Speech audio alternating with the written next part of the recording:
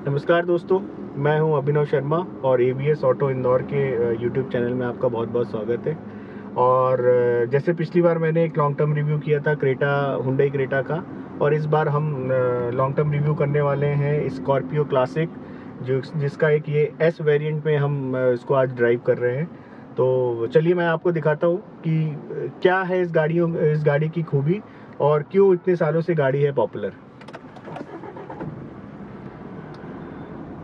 तो महिंद्रा की जो गाड़ियों की एक खासियत होती है कि स्कॉर्पियो जो एक नाम है जिसने महिंद्रा को एक बहुत नीचे लेवल से एक बहुत ऊपर लेवल तक ये लेके गई है गाड़ी। इन गाड़ियों को जब आप ड्राइव करते हैं तो इसका सबसे प्लस पॉइंट क्या रखता है कि आप एक बहुत हाइटेड सीट पे बैठते हैं, और जो आपका ग्राउंड क्लियरेंस रहता है इन गाड़ियों का, या आप जब रोड में जो प्रेजेंस है, ये प्रेजेंस बड़ा एक इम्पॉर्टेंट फीचर होता है महिंद्रा स्कॉर्पियो का। और ये बेसिकली इससे डीजल वेरिएंट में ही आती है महिंद्रा की, और इसको अभी स्कॉर्पियो क्लासिक के नाम से कंपनी ने रीलॉन्च किया था कुछ 2020 के आसपास। क्यों जयदीप जी? हाँ, बिल्कुल सही कह रहे हैं। बस ये जब हमने ली थी तब ये स्कॉर्पियो क्लासिक नहीं थी, क्योंकि यही तब एक स्कॉर्पियो हुआ करती थी। स्कॉर्पियो एन तो तब आई नहीं थी। स्कॉर्पियो क्लासिक तब आई जब स्कॉर्पियो एन कंपनी ने लॉन्च की। और इस गाड़ी के इतना फैन बेस है, इसकी लेगेसी के कारण महिंद्रा को कस्टमर्स के लिए वापस इसको रिलॉन्च करना ही पड़ा, जबकि उन्होंने स्कॉर्पियो एन ले आए थे। और फिर भी इस गाड़ी की लेगेसी और फैन बेस के कारण कंपनी ने इसको वापस रिलॉन्च किया एज स्कॉर्पियो क्लासिक।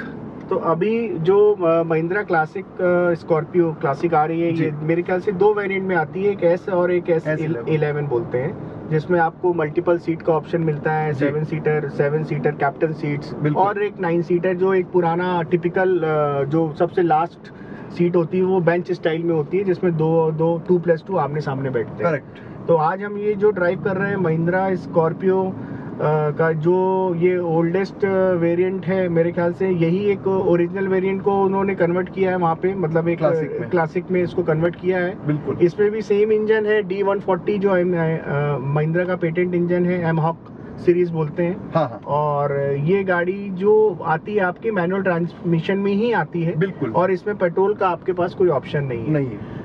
अब कंपनी ने इसमें बहुत एक अच्छी चीज दिखाई है। जब मैंने इसका ब्रोशर पढ़ा कंपनी का और इसको वेबसाइट के थ्रू पूरा चेक किया, इसमें प्लस पॉइंट एक ये है कि गाड़ी में 2 ही वेरिएंट है, एस और S11। तो आपको बहुत ज्यादा कंफ्यूजिंग की जरूरत नहीं है। बिल्कुल। एस में आपको सारी चीजें मिल जाती हैं मोस्टली, आपके सारे आपको उसमें खूबियां जो होती हैं, ABS, EBD, 2 एयर बैग्स, ये सब तो आजकल मैंडेटरी है, तो ये आपको गाड़ी में मिल जाती है। इसके बाद जो आपको मिलता है, डीजल इंजन में भी एक बहुत अच्छा एवरेज ये निकाल के देती है।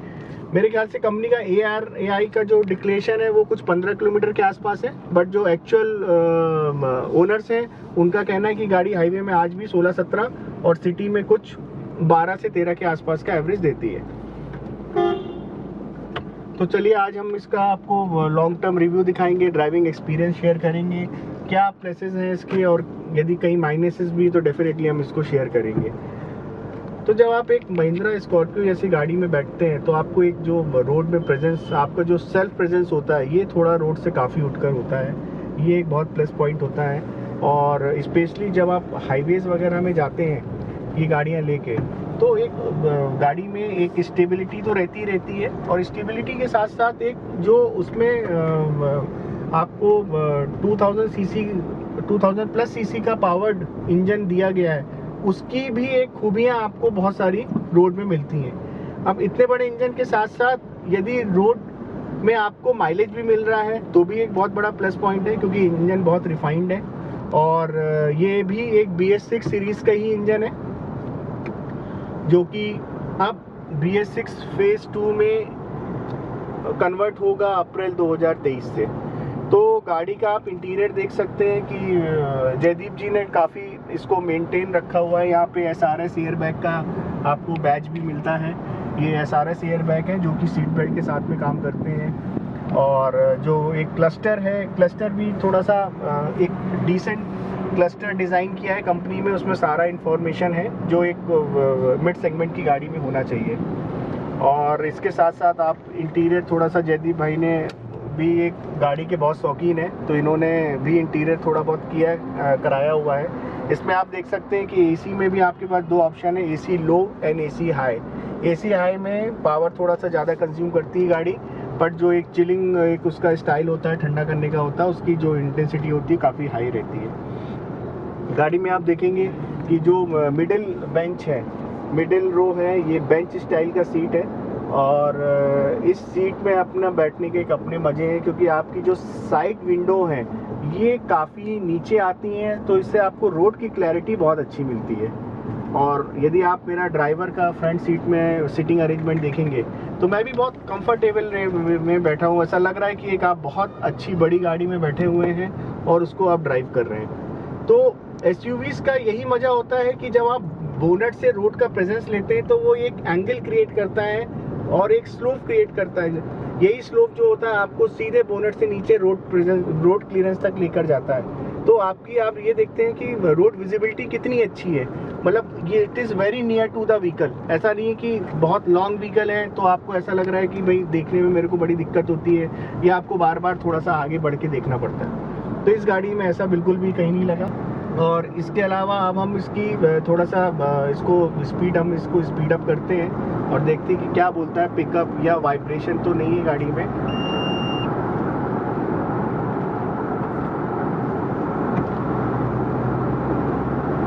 तो गाड़ी में सबसे प्लस पॉइंट मेरे को ये लगा कि जो केबिन का पीस है, मतलब जो एक इंजन का वाइब्रेशन बोलेंगे या जो साउंड होता है, एक टिपिकल साउंड होता है, वो केबिन के अंदर बिल्कुल भी फील नहीं हो रहा है। हमें टायर के जो एक नॉइज़ होती है कंक्रीट रोड पे, तो वो हमको हम बहुत मतलब क्लियरली हमको ऑडिबल है। तो मतलब आप समझ सकते हैं कि इंजन का साउंड कहीं पे भी इसमें वैसा नहीं है कि जो आपको जो टिपिकल डीजल इंजन में आपको ऐसा लगता है कि आप बड़ा डीजल इंजन चला रहे हैं तो ये वाइब्रेट करेगा या नॉइज़ क्रिएट करेगा, तो ऐसा कुछ भी नहीं है।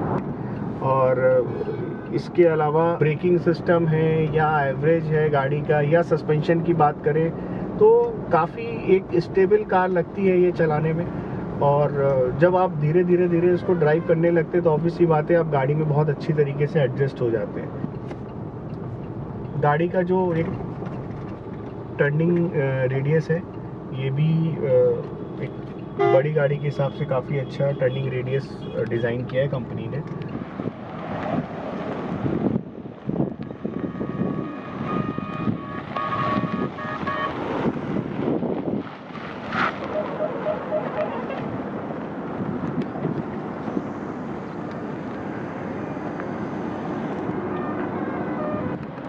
तो दोस्तों अभी तक हम बात कर रहे थे कि स्कॉर्पियो जो एक पुराना मॉडल है सन 2020 का, और स्कॉर्पियो क्लासिक के पहले यही मॉडल एक आता था जो हम देख सकते हैं, इसका S5 वेरिएंट है।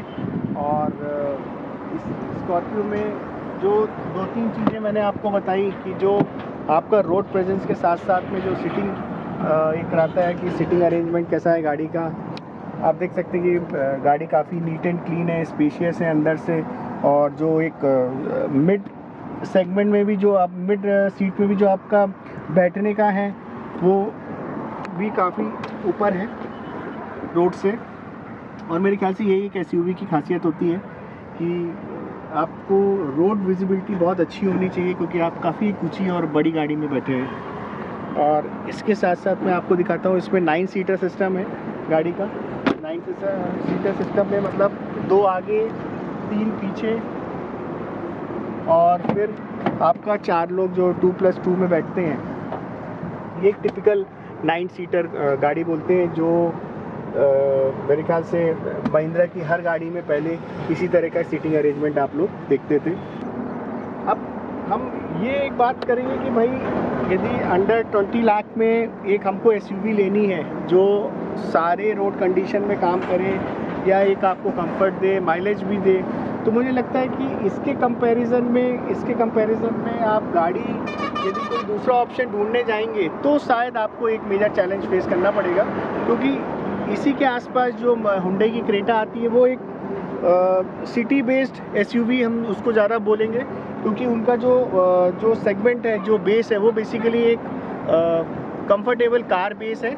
उसके बाद ही वो ऊपर से उन्होंने उनको SUV की तरह डिज़ाइन किया गया है। बट ये जो एक चेचिस बेस्ड गाड़ियाँ होती हैं जिसमें आपको बॉडी रोल ओवर थोड़ा सा फील होता है, क्योंकि बेसिकली पूरे चेचिस में ही इसका सस्पेंशन को बैठा के बॉडी फ्रेम को फिक्स किया जाता है। तो ये चेचिस बेस्ड गाड़ियाँ हैं, तो ऑब्वियसली बात है बॉडी रोल ओवर थोड़ा सा आपको फील कराएगा, और वही एक सिस्टम होता है कि भाई कैसे ओवरऑल चेचिस के ऊपर पूरी बॉडी कंट्रोल होती है।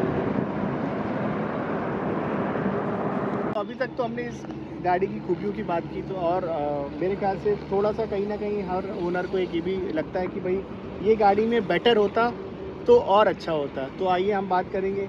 जयदीप जी, हमको ये बताइए कि आपको और कहाँ पे ये फील होता है कि यदि इस गाड़ी को और कैसे बेटर महिंद्रा बना सकती है या बना सकती थी? महिंद्रा इसको फिट एंड फिनिश में उनको बहुत ध्यान देना चाहिए। ओके, 18 लाख रुपए कम नहीं होते, बहुत महंगी गाड़ी है, इस हिसाब से फिट एंड फिनिश बिल्कुल नहीं है। और मैं अब जर्मन चला के आ रहा था तो उसके सामने तो फिट एंड फिनिश में कुछ भी नहीं है। जैसे फिट एंड फिनिश में एक दो पॉइंट आप हाईलाइट जैसे करेंगे। फिट एंड फिनिश में मैं आपको दिखाता हूँ,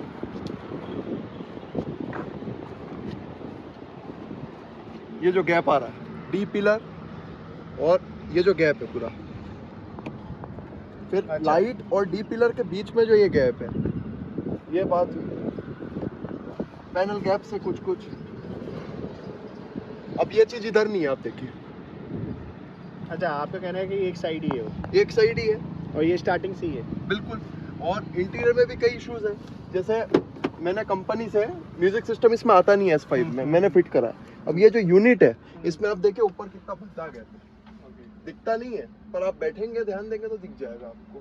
तो कोई भी बोलेगा मेरे को कि 18 लाख रुपए की गाड़ी ली है तो तुमको ये सब भी नहीं दिया उनने सही से, तो ये वाली बातें आती है मन में, जिसको महिंद्रा को इम्प्रूव करने की सख्त जरूरत है। तो एक ओनर की थोड़ी सी नाराज़गी भी हमने देखी वीडियो में, और ये बिल्कुल सही बात है। जब आदमी 18 से 20 लाख रुपए खर्चा करता है तो उसके एक्सपेक्टेशन होते हैं, क्योंकि 18 से 20 लाख रुपए भी कोई एक छोटा अमाउंट नहीं है आज के मिडिल क्लास या हम सेगमेंट में।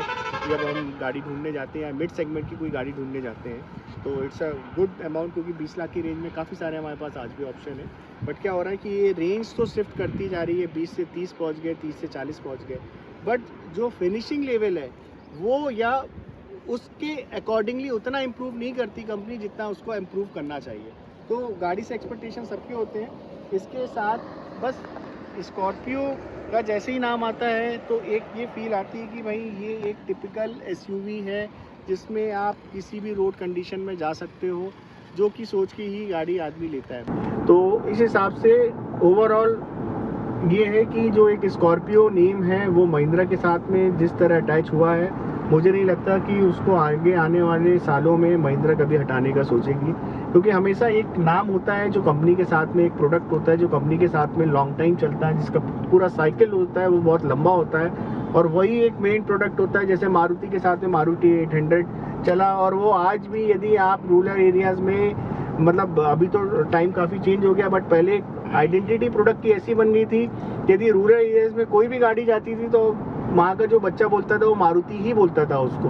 तो एक जो ब्रांड एक डेवलप हो जाता है, एक पर्टिकुलर मतलब जो उसका प्रोडक्ट है, इस तरह से मास प्रोडक्ट होते हैं कि उन्होंने मास सेगमेंट को टारगेट किया था और वो सक्सेसफुल भी हुए थे। तो इसी तरह एक स्कॉर्पियो एक ऐसा सेगमेंट है और ऐसा प्रोडक्ट है महिंद्रा के पास में जो एक लॉन्ग टर्म विजन को महिंद्रा को अचीव करने में बिल्कुल मदद कर रहा है। और दोस्तों, यदि आपको ये हमारा वीडियो पसंद आया हो so please do like, comment, subscribe and share our YouTube channel.